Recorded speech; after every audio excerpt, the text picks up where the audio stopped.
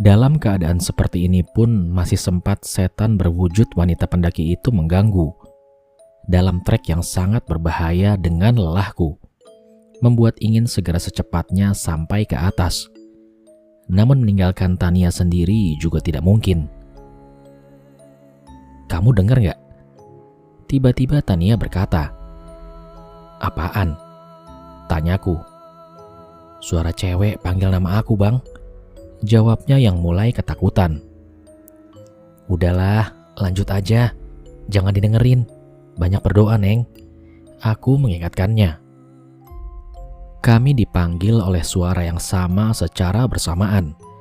Namun apa yang kami berdua dengar itu berbeda. Hingga dengusan nafas berat itu terdengar semakin jelas di telinga ini. Berulang kali mendengar panggilan itu sampai akhirnya kami sudah sampai di atas bergabung dengan yang lainnya.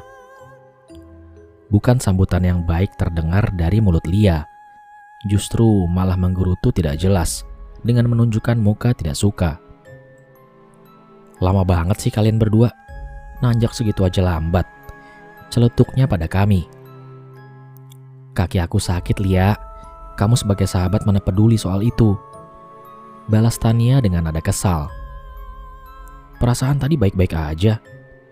Masih Lia membalas menyudutkan Tania. Sudah, malah pada ribut," Himas menengahi mereka berdua.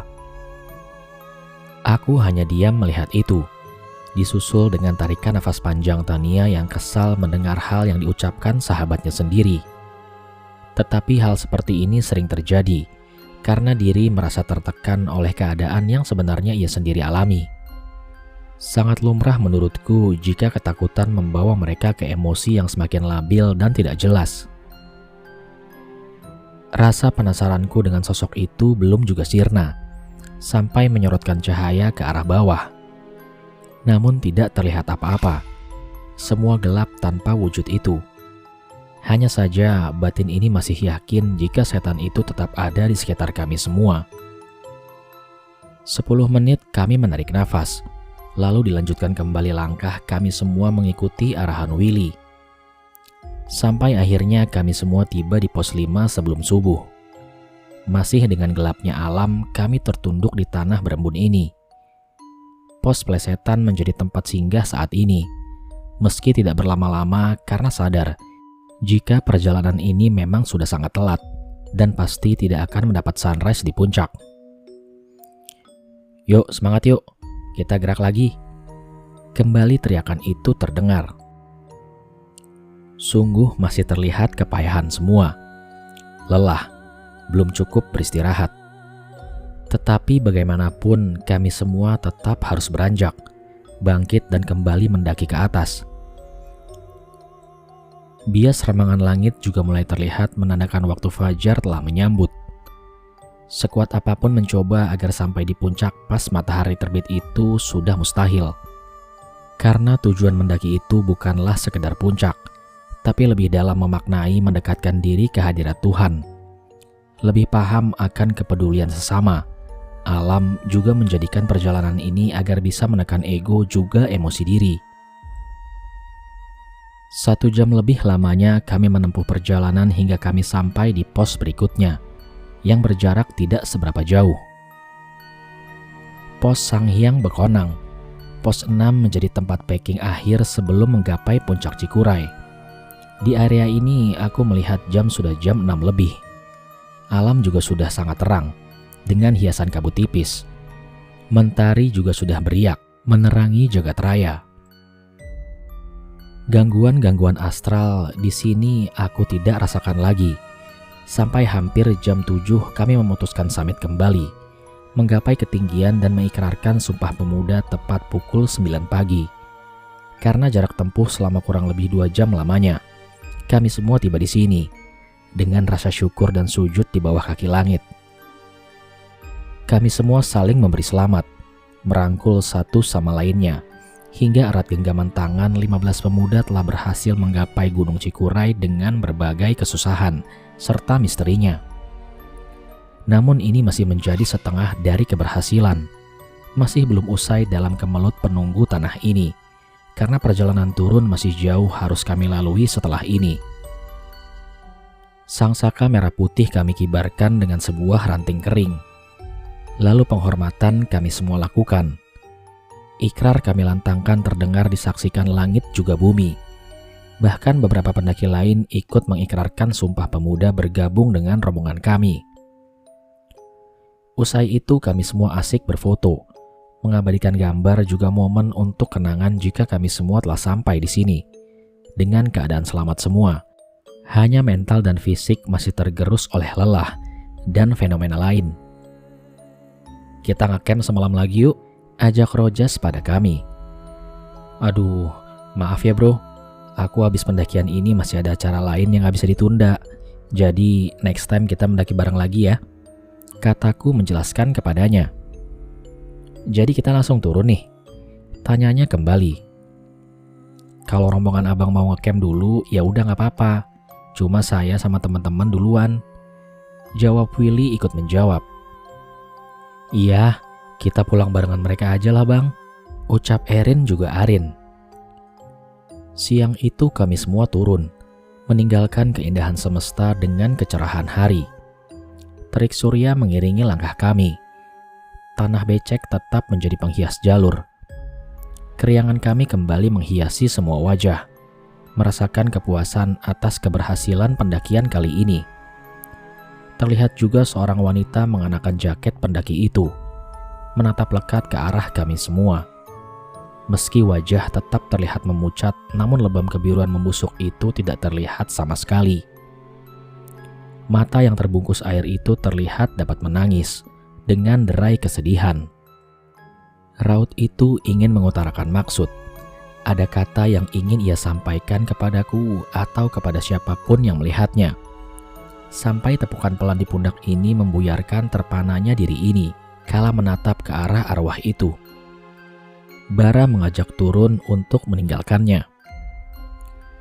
Alam kita berbeda, biarkan dia dengan kesendirian di alamnya. Kita gak bisa berbuat lebih. Dia hanya pendaki yang telah tiada dan kesepian, ucap Bara kepadaku. Meski jalan menurun, tapi jalur ini tidak kalah ekstrim. Dengan curam dan sangat licin menjadikan kami semua mesti tetap berhati-hati dan berkonsentrasi. Walaupun berulang kali kami semua terjatuh, namun semua itu menjadi keseruan kami semua. Gelak tawa masih menghias siang ini dan belum ada hal-hal yang tak diinginkan. Manusia dengan ransel gunung merayap turun saling mengikuti, berbaris menempati posisinya tanpa harus diminta atau diatur lagi, saling menguatkan, saling membantu saat mendapati jalur yang berbahaya. Tangan saling menyambut, menopang memberi pertolongan tanpa ada keegoisan. Namun, aku melihat ada kejanggalan lagi, di mana tepat di belakang Tania ada anak kecil tengah berjalan membelakanginya. Sosok bocah tanpa mengenakan pakaian itu berjalan dengan kepala yang tanpa rambut, terus membuntuti langkah Tania. Bro, ada yang gak beres sama cewek itu aku rasa. Tanyaku kepada Bara yang jalan denganku di belakang. Karena dia diikuti lelembut itu ya? Ucap Bara yang bertanya. Kamu juga lihat? Aku balik bertanya kepadanya. Dari awal, aku juga udah ngeduga ada yang gak beres sama Tania. Dia selalu diikuti banyak lelembut. Apa jangan-jangan saat ini dia sedang datang bulan? Perkataannya kembali terdengar. Masuk akal juga sih itu bro, balasku. Aku hanya menyimpulkan hal itu setelah mendapati jawaban dari Bara. Meski hanya terkaan belaka tanpa tahu pasti apa yang sedang dialami oleh Tania. Kalaupun memang sedang datang bulan, tentu akan menjadi hal wajar jika teror ini terus bermunculan. Sampai di pos 6 kami semua kembali berkumpul. Dan hanya kehadiran kami berdua yang paling akhir. Setibanya di area ini, mata ini masih tertuju dengan bocah itu, yang masih asik memainkan boneka kecil yang bergantung di keril milik Tania. Bocah kesepian juga ya, batinku berkata. Sampai tanpa aku sadari jika kepala botak anak itu tengah mengarah kepadaku melihat dengan mata hitamnya, berdesis seperti ular kepadaku, seakan menandakan ia tidak suka. Taring kecil yang keluar di sebalik bibir hitamnya membuat seram terlihat. "Kenapa bang?" tanya Tania yang tengah melihat ke arahku juga. "Oh, gak apa-apa Neng, cuman lagi liatin boneka kamu itu," jawabku dengan gugup. Lalu ia malah berjalan menghampiriku, lalu duduk di sebelahku. Tentu bocah itu juga terus mengekor kemanapun langkah temanku ini pergi. Lalu ia melepaskan boneka itu dari gantungannya dan menunjukkan kepadaku. Ini boneka adik saya bang, dan karena ini saya kembali ke Cikuray." Tiba-tiba Tania membuka obrolan. "Maksudnya gimana Neng?" Aku masih belum paham. "Adik saya udah gak ada di dunia ini bang. Dia sama dengan saya, suka menikmati alam, suka naik gunung." Tania membuka cerita. "Innalillahi, turut berduka ya Neng," jawabku. "Terima kasih bang. Adik saya meninggal karena sakit. Dan sebelum sakitnya kami sudah merencanakan pendakian kemarin. Hanya saja Allah memiliki kehendak lain." Air mata itu mulai menetes dengan menceritakannya. Sesaat kami saling diam. Aku hanya menunggu dirinya mulai tenang dan bisa melanjutkan ceritanya kembali. Perlahan ia menghapus air matanya, kembali menguatkan diri untuk melanjutkan cerita itu kepadaku. "Adik saya meninggal karena penyakit yang tidak wajar bang. Tubuhnya semua membiru, sekujur tubuhnya bengkak semua," imbuhnya bercerita. Apa pendaki itu? Pikiranku mulai bertanya sendiri dan mencoba menghadirkan bayangan tentang gadis yang selalu menemani kami sepanjang perjalanan ini. Hanya saja mau memberitahu semua itu, mulut ini tak sanggup. Memilih diam dan membiarkan semua itu menjadi hal yang aku tahu sendiri, tanpa harus orang lain paham. "Itu adikmu?" Bara yang tiba-tiba menunjuk ke arah lain, di mana sosok gadis pendaki berwajah pucat itu berdiri. "Sejak kapan kamu di sini, bro?" tanyaku karena tidak menyadari adanya Bara di belakang kami. "Mana bang? Mana dia?" tanya Tania kepada Bara. "Dia ada di sini, melihat ke arah kita, berdiri dengan tatapan menangis," jawab Bara kepada Tania. "Abang boleh bantu saya turun ke arah dia?" pinta Tania kepada Bara.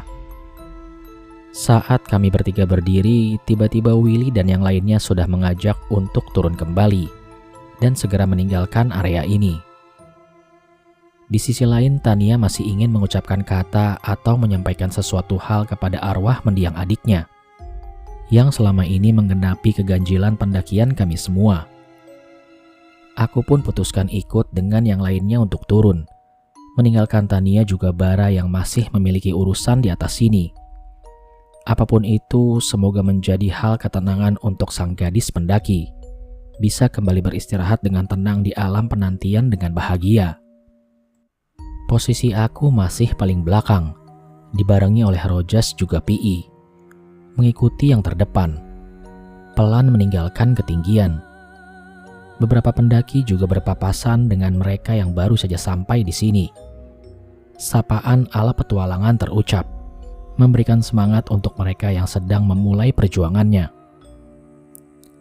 Karena licinnya jalan, aku memilih santai dengan beberapa temanku, dan sebagian lagi sudah tak terlihat jauh di depan. Tujuanku berjalan pelan juga sambil menunggu Bara dan Tania yang masih di atas sana, dan menyisakan aku, Rojas, Arin, Erin juga Lia. Kami kembali berlima dengan keganjilan jumlah lagi. Hujan rintik siang itu juga menghias menjadi teman perjalanan, menambah semakin licinnya tanah yang menurun ini. Berjam-jam kami bergerak tanpa berhenti, meski lutut mulai kembali bergetar menahan badan yang berat dengan keril ini. "Break dong, capek nih," Erin meminta istirahat. Lalu kami semua duduk di tepian jalur sambil membentangkan flashlight, karena rintikan hujan terus mengguyur dan semakin lebat terasa. Kabut kembali muncul siang ini, menggelapkan alam menjadi tidak secerah tadi. Suasana pun kembali tidak asik setelah bau busuk itu tercium oleh kami. "Bau banget sih," Lia berucap sambil meludah. "Neng, sebaiknya ditahan dan diam saja saat mencium apapun," kata Rojas mengingatkan. "Maaf, habisnya..." Ia pun tidak melanjutkan ucapannya. Hanya terdiam dengan kaku seakan melihat ke arah depan. Ia diam tanpa bergeming, hanya tubuhnya gemetaran terlihat. Aku yang melihat itu mengikuti arah pandang matanya, namun semua hanya kabut putih tanpa terlihat apa-apa. Panggilan kami ke Lia pun seakan tidak ia dengar, hingga beberapa kali tubuhnya digoyangkan agar kembali tersadar. Neng, sadar Neng," kataku dengan menggerakkan tangan ini di depan matanya yang menatap kosong. Tidak seberapa lama ia tersentak dengan keras, lalu menarik nafas dalam-dalam sambil mengucapkan istighfar. "Kenapa Mbak?" tanya Arin yang ada di sebelahnya. "Astagfirullah, ayo buruan kita turun," ajak Lia dengan tetap ketakutan. "Mbak kenapa? Jangan bikin takut ah." Kini si kembar Erin yang bertanya ikutan panik.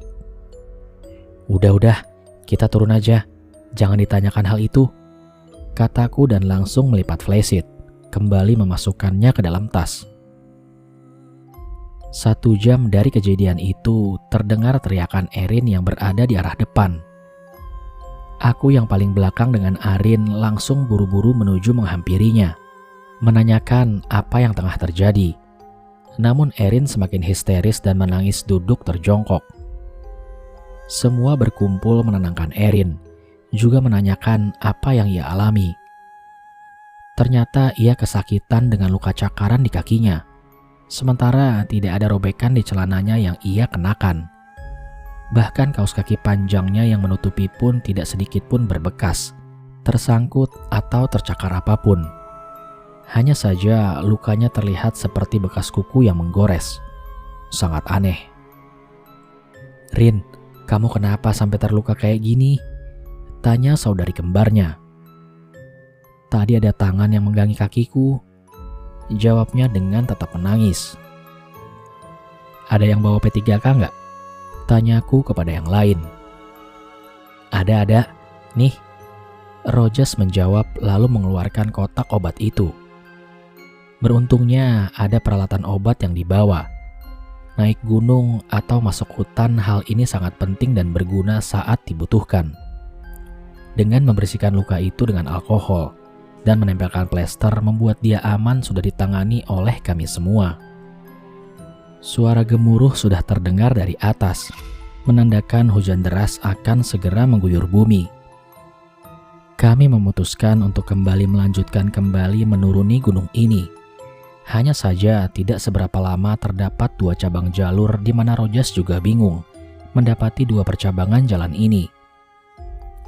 "Perasaan semalam gak ada jalur ini," ucap Rojas dengan kebingungan. "Jadi gimana ini Bang?" kata Erin dengan paniknya kembali. "Kita tunggu Bara sama Tania aja, sambil nentuin jalur yang mana yang benar untuk kita turun. Kalian tetap nunggu di sini," ucapku pada mereka berempat. Aku hanya turun melalui jalur sebelah kanan terlebih dahulu. Namun tidak seberapa lama jalur itu buntu tanpa adanya jalan lagi. Hanya semak juga pepohonan yang terlihat. Aku memutuskan kembali naik lagi ke atas, menjumpai mereka yang tengah menunggu di bawah hujan. "Bagaimana Bang?" tanya Rojas kepadaku. "Itu jalur buntu bro. Jadi ini jalur yang benar," kataku dengan menunjuk jalur sebelah kiri. "Kita turun aja pelan-pelan atau nunggu mereka berdua Bang?" Lia yang bertanya. Saat aku ingin menjawab pertanyaan itu, terdengar teriakan wanita yang disusul dengan cekikikannya kuntilanak. Kami berlima langsung merapat tanpa memberi jarak sedikit pun, saling melindungi satu dengan yang lainnya. Memasang kembali telinga meyakinkan apa yang barusan saja kami dengar. Tertawa kedua kembali terdengar dan semakin jelas dan keras. Angin semakin keras menyapu kami berlima, hingga sangat susah untuk melihat ke sekeliling dengan kabut yang memutari kami terbawa angin membentuk pusaran. Kami berlima seakan terjebak di dalamnya. "Gandengan, jangan putus baca doanya," teriakku di tengah riuhnya angin. Lantunan istighfar kami serempak teriakan dengan sebuah kilat terlihat dan terdengar gemuruh halilintar. Kegentingan ini berlangsung tidak seberapa lama, hingga angin itu bergerak pergi menyapu kabut, lalu kembali semua alam tertutup oleh asap putih itu. Ringkikan kuda terdengar oleh kami semua, hingga derap kakinya berlari seakan semakin mendekat. Kuda berwarna hitam melintas pas di hadapan kami berlima yang tengah saling berpegangan. Seketika kami semua berlari tunggang langgang, tanpa memperdulikan satu sama lain. Aku hanya berlari ke semak-semak mencari perlindungan, menghindari kuda yang tiba-tiba datang itu. Hanya saja pikiranku kembali terbuka, jika ini bukanlah hal wajar yang ingin membuat kami berlima ketakutan dan terpisah. "Woi, jangan lari, kembali ke sini semua!" teriakku memanggil mereka semua yang tengah mencari tempat aman menyelamatkan diri. "Woi, buruan!" kembali teriakku. Tidak seberapa lama mereka berempat kembali dari arah yang berbeda, muncul dari sebalik kabut, dengan wajah pucat ketakutan, dengan mata yang nanar menyaksikan hal yang baru saja kami lihat semua. Baru saat ini teror makhluk gaib dapat dirasakan langsung kami berlima. Semua mendengarkan teriakan juga tertawa kuntilanak itu, merasakan dikepung kabut dan juga angin. Merasakan ketakutan dan melihat kuda hitam yang berlari melewati kami. Lingkup kami berlima dalam satu garis alam astral, hingga gangguan itu semua merasakan. "Aduh, ayolah, turun aja yuk," rengek Lia kembali terdengar dengan nada ketakutannya. Mereka semua saling berpegangan, lalu kami memutuskan agar segera meninggalkan tempat ini, meninggalkan siang yang sangat angker ini. Aku hanya meminta mereka semua untuk tetap tenang dan berdoa. Jangan takut juga panik. Sebisa mungkin tetap bersama, jangan sampai memberi jarak, karena ini semua belum berakhir.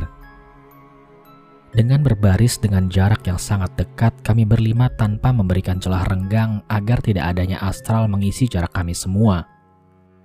Namun baru beberapa meter saja kaki ini menuruni jalur kiri yang aku pastikan jika ini jalan yang benar.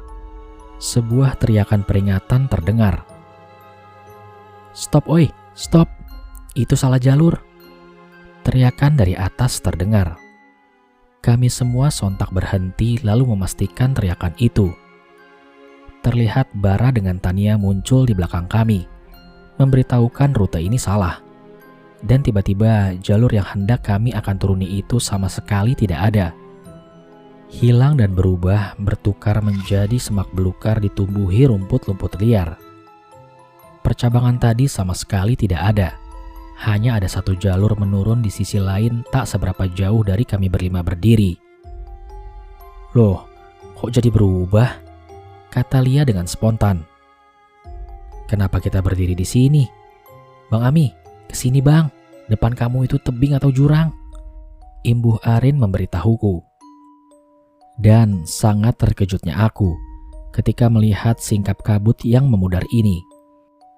Di depanku adalah tebing sangat tinggi, hanya beberapa meter saja jaraknya.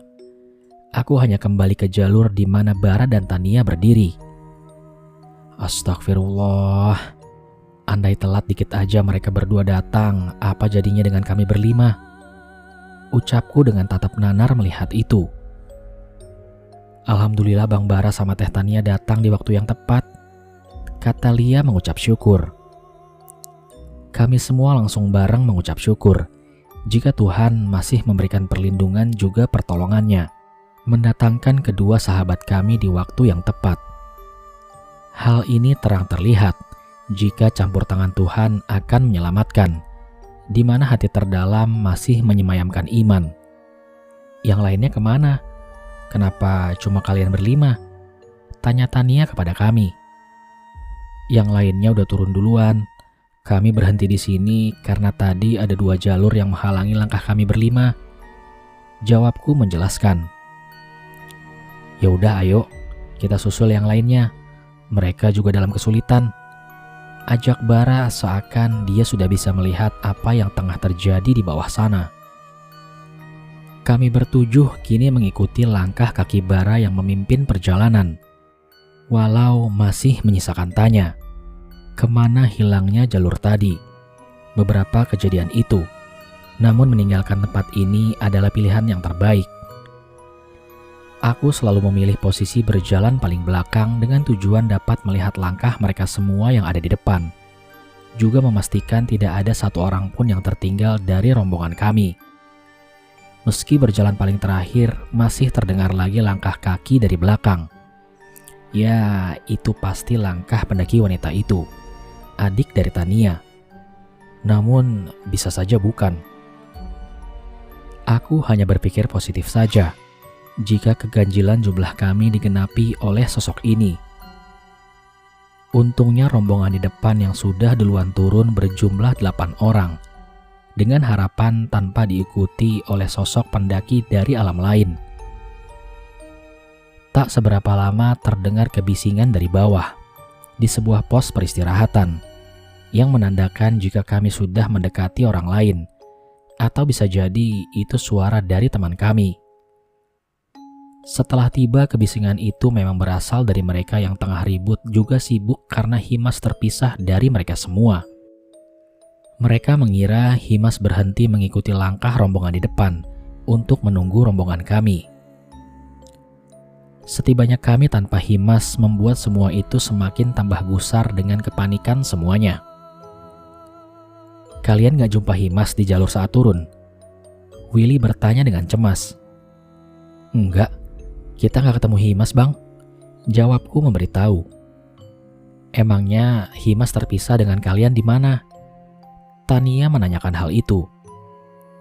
Aku sadarnya setelah sampai di sini, Neng. Jawab Willy yang dibenarkan oleh yang lain. Kepanikan kami semua semakin memperkeruh keadaan, hingga menyalahkan satu dengan yang lainnya.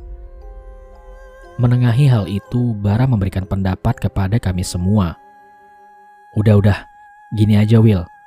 Aku minta sama kamu bawa turun semua rombongan. Pastikan tanpa ada satu orang pun yang hilang atau tertinggal lagi. Biar aku akan cari Himas. Bara memberikan arahan. Aku ikut sama kamu bro, kataku. Aku juga bang, imbuh Tania juga Randi. Gini aja, Ran, kamu bantu Willy untuk memastikan semua selamat sampai di bawah. Biar aku dibantu Ami sama Tania. Kata Bara masih dengan sikap kedewasaannya. Oke deh bang, kalian bertiga hati-hati. Kita turunnya pelan-pelan. Randi menjawab. Kesepakatan itu akhirnya diterima Willy dan yang lainnya. 11 orang dari kami turun, dan kami bertiga kembali naik untuk mencari anggota yang hilang secara aneh ini. Selain itu, Bara juga berpesan untuk meminta bantuan kepada tim SAR setempat jika waktu yang ditentukan kami bertiga lama tak kunjung turun. Ayo jangan lama-lama, kasihan Himas, kataku mengajak mereka berdua. Bentar bang, emangnya Bang Bara gak bisa lihat di mana keberadaan Himas? Tanya Tania kepada kami. Gak kelihatan, gelap. Yang nutupi Himas bukan makhluk yang remeh. Jelas Bara kepada kami. Astagfirullah, ya udah ayolah, segera kita cari. Aku mengajak mereka lagi. Kembali kami bertiga naik ke atas, mencari dengan meneriakkan nama teman kami itu. Kami terus naik, sampai tiba lagi di area di mana jalur berubah tadi. Tempat di mana kuda hitam itu meringkik dan berlari melintasi kami berlima waktu itu. Hanya bayangan itu yang muncul kembali dalam pikiranku. Kami mencari sampai kembali di pos 6 di mana kami semua meninggalkan Bara dan Tania di sini. Hanya saja waktu itu aku sangat yakin jika Himas ikut turun berjalan duluan dengan rombongan Willy. tempat ini tidak mungkin jadi lokasi di mana terpisahnya dia dengan yang lain. Udah sejauh ini kita kembali, tapi nggak nemuin tanda-tanda apapun. Tania membuka omongan. Berdoa aja, Neng. Semoga segera mendapatkan petunjuk. Bara menyuruhnya. Hanya saja entah dari kapan suasana alam sudah sangat berbeda. Tanpa kabut juga gerimis. Bahkan terasa sangat terik. Dengan tetap dingin karena suhu ketinggiannya. Kini langit cerah tanpa mendung lagi. Sangat berbeda dengan waktu kami semua turun tadi. Apakah tadi waktu turun memang semua karena gangguan gaib? Atau memang kami semua masuk alam lain? Yang kini aku lihat hanya Bara berjalan beberapa langkah lalu membuka kerilnya. Mengeluarkan beberapa dupa. Sebelum dia membakar dupa itu, terlebih dahulu ia memberitahu jika ia akan memanggil penghuni tanah Cikuray. Aku dengan Tania diminta untuk mengikutinya duduk bersila dan membaca sholawat sebanyak mungkin tanpa putus. Apapun yang terjadi nanti, kalian tetap tenang dan jangan putus berdoa, kata Bara memberitahu. Dupa itu lalu dibakar dan ditancapkan di atas tanah tepat di hadapannya. Setelah itu kami bertiga fokus dalam berdoa, sampai tak seberapa lama gemuruh itu datang. Bersamaan dengan angin yang membawa bau menyengat wangi mengalahkan bau dupa ini. Derap-deru kaki kuda juga lonceng terdengar semakin mendekat, disusul dengan Bara yang meneriakkan nama Himas sebanyak 3 kali yang aku dengar. Kemudian aku memberanikan diri untuk membuka mata.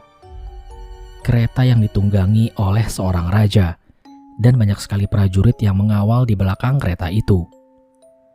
Temanku bangkit dan bersila lalu berinteraksi dengan bahasa Sunda yang sangat halus terdengar. Sampai aku sama sekali tak paham dengan apa yang tengah mereka bicarakan. Anggukan sang raja itu terlihat olehku. Mungkin menyetujui apa yang tengah Bara sampaikan. Hingga datang kembali angin bertiup ke arah kami. Asap putih kembali menutup alam. Cerahnya langit berubah menjadi gelap. Dengan gemuruh guntur. Jagat mulai suram, sama seperti tadi ketika kami turun. 2 bayangan hitam besar dengan wajah yang samar terlihat, datang menyibak kabut. Salah satu dari sosok itu membopong Himas yang tengah pingsan atau tertidur. Semakin mendekat ke arah laki-laki berpakaian raja itu. Terlihat lagi ia mengangguk. Memberikan isyarat, lalu sosok hitam berbulu itu meletakkan Himas di samping dupa yang terbakar itu. Siapa sosok raja itu? Dan kedua genderuwo ini apakah yang menutupi Himas? Tanyaku dalam hati. Lalu interaksi dengan bahasa yang sama terjadi lagi oleh Bara dan raja itu. Sampai anggukan kepala ketiganya membawa dirinya menghilang beserta semua prajurit dan juga 2 sosok hitam itu. Kemudian alam pun perlahan kembali dengan normal seperti sedia kala. Lalu Bara jatuh bersimpuh dengan lemas. Bara! Teriakku menghampiri, kemudian disusul Tania yang juga menghampiri Himas yang masih belum sadarkan diri. Aku menyambut tubuh Bara yang bergetar sangat kencang. Keringatnya juga terlihat bercucuran, dengan nafas yang sangat berat.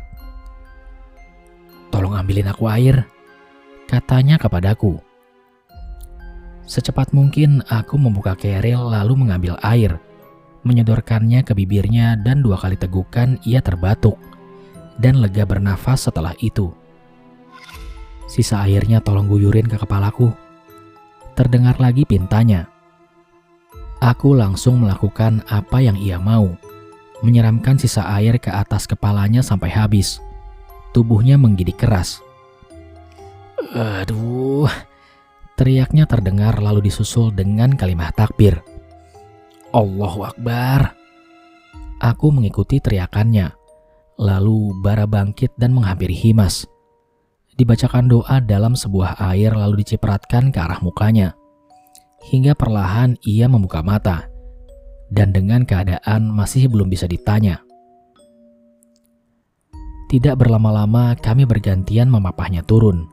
dan membawakan keril miliknya sampai saat kami tiba di bawah, tepatnya di perkebunan warga. Meninggalkan jalur hutan di kaki Gunung Cikuray, baru terdengar suara Himas yang menandakan ia sudah normal dan pulih kembali. "Yang lain kemana?" kata itu yang keluar pertama kali darinya. "Yang lain udah turun duluan, Him," jawab Tania dengan tatapan bahagia. "Istirahat sebentar ya, aku capek banget," pinta Himas. Menuruti permintaan Himas, akhirnya kami semua duduk di tepian jalan setapak sambil menunggu semuanya benar-benar kembali sehat. Jam 9 malam lebih kami tiba di sini dengan selamat dan rasa syukur kami semua. Lampu warga sudah terlihat menandakan jika sebentar lagi kami tiba di base camp. Senyum haru terlihat di Tania yang memeluk Himas. Aku dan Bara juga menatap dengan keharuan yang sama.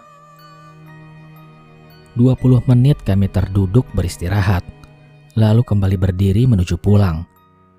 Hanya saja kejailan dedemit belum berhenti sampai di sini. Berulang kali kami mengulang langkah dan selalu tiba di tempat yang sama kami berdiri. Sampai sangat lelah, terhitung sudah 11 kali kami melewati area ini. "Ada yang masih belum selesai dengan Cikuray?" ucap Bara kepada kami. "Maksudnya gimana, Bang?" Tania bertanya. Begitu juga dengan aku dan Himas hanya bertanya dengan pertanyaan yang sama dan kenapa semua ini belum berakhir. Jangan pernah takut dengan alam Gunung Cikuray. Jangan menjadikan kejadian ini jadi penghalang untuk kita kembali bersilaturahmi suatu saat nanti. Niatkan diri dan ikhlaskan apapun yang telah kita lewati. Berterima kasihlah dengan sesepuh Cikuray, katanya memberitahu kami. Lalu kami berdoa dan mengucapkan rasa terima kasih. Tidak lupa salam terucap untuk berpamitan pulang jika bertamu kami sudah selesai. Kami tiba di base camp jam 1 dini hari dengan sambutan mereka semua yang turun dengan selamat. Hanya saja ada suatu peristiwa ganjil. Tim penyelamat berjumlah 6 orang naik gunung untuk mengevakuasi kami. Namun sama sekali tidak berjumpa dengan mereka selama perjalanan turun.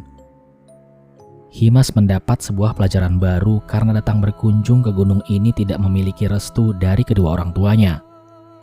Ia berpamitan hanya menginap di rumah sahabatnya. Sementara dalam setiap langkah anak diharuskan memegang doa juga restu orang tua jika ingin selamat menapaki jagat alam semesta. Dan setelah pendakian itu, kami ber-15 sahabat memiliki pengalaman magis yang penuh seratan misteri, memberikan bekas dalam ingatan juga jiwa kami semua. Sampai detik ini, kami masih berjalan sendiri-sendiri, masih belum berkomunikasi kembali, juga belum melakukan pendakian semenjak saat itu. Semoga kedepannya silaturahmi kami tetap terjalin dan kembali memeluk alam secara bersama-sama.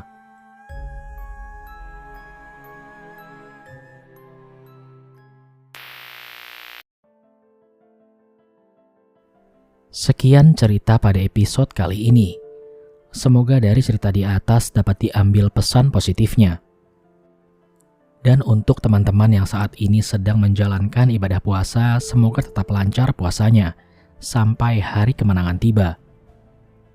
Terima kasih untuk teman-teman yang sudah menyimak cerita ini. Selalu nantikan cerita selanjutnya di channel Mereka Ada. Sekian dulu perjumpaan kita kali ini. Sampai bertemu pada episode selanjutnya. Saya Aldi pamit undur diri dari hadapan kalian. Wassalamualaikum warahmatullahi wabarakatuh.